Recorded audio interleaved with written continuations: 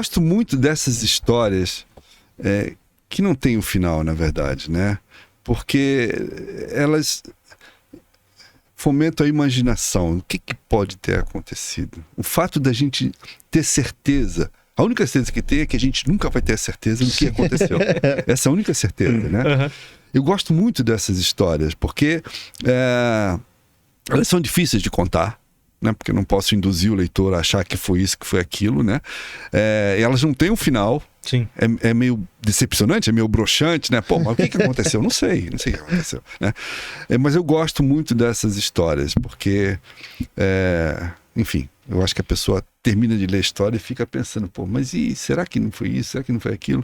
E eu faço esse mesmo questionamento quando eu estou contando as histórias. Tem alguns casos, tem um caso muito célebre, é o Titanic dos enigmas, né? Que foi de um barco americano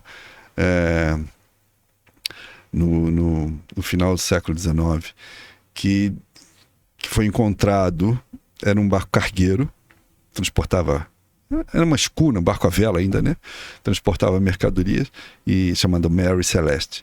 E o Mary Celeste foi encontrado à deriva, perto dos Açores, assim, estava fazendo uma travessia dos Estados Unidos para a Europa. Ele foi encontrado à deriva, perto dos Açores, em perfeito estado, intacto. Faltava nada, não tinha nada errado, né? Com prato na mesa e tudo mais. E sem ninguém a bordo.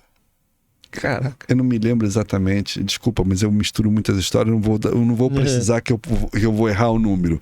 Mas tinham seguramente lá mais de uma dúzia de pessoas, inclusive o capitão, a mulher e a filha. Naquela época, o capitão tinha o hábito de levar a família no barco. E o Mary Celeste foi encontrado em perfeito estado, com as velas parcialmente arriadas só, né? Parado, normal, sem nenhum problema, e ninguém no barco, né? Foi encontrado por um outro barco que vinha na mesma rota, conhecia, até parou, cadê todo mundo? Não achou ninguém. Essa história é um clássico dos enigmas marítimos, não é o único, claro que não, teve coisa muito, muito mais escabrosa do que essa, mas essa é um clássico. E aí você só tem as teorias. O que pode ter acontecido? Nesse caso do Mary Celeste, você tem mais de 10 teorias do que pode ter acontecido. Ele estava transportando uma carga que tinha muito barril de álcool, de metanol. E uma das teorias é que isso tivesse iniciado o incêndio, que por alguma razão não progrediu, né? Uma das teorias é que, com o início do incêndio num barco de madeira, ainda da época, lotado de álcool, aquilo não ia terminar bem, que eles teriam abandonado o barco, né? E depois, por alguma razão, sumido no mar, o que é bem plausível, factível.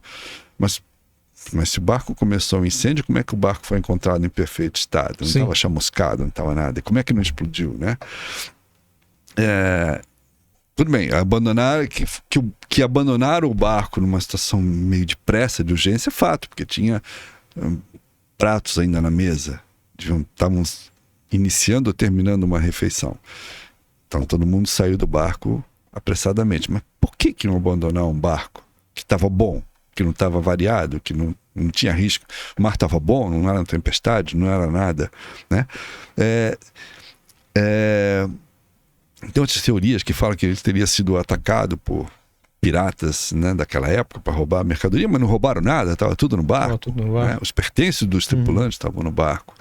E esse caso do Mary Celeste, ele virou, na época, assim, tremendo enigma, né? É o Titanic da época, né? Mas aconteceram outros depois muito semelhantes, envolvendo inclusive barcos parecidos com esse, encontrados sem ninguém a bordo.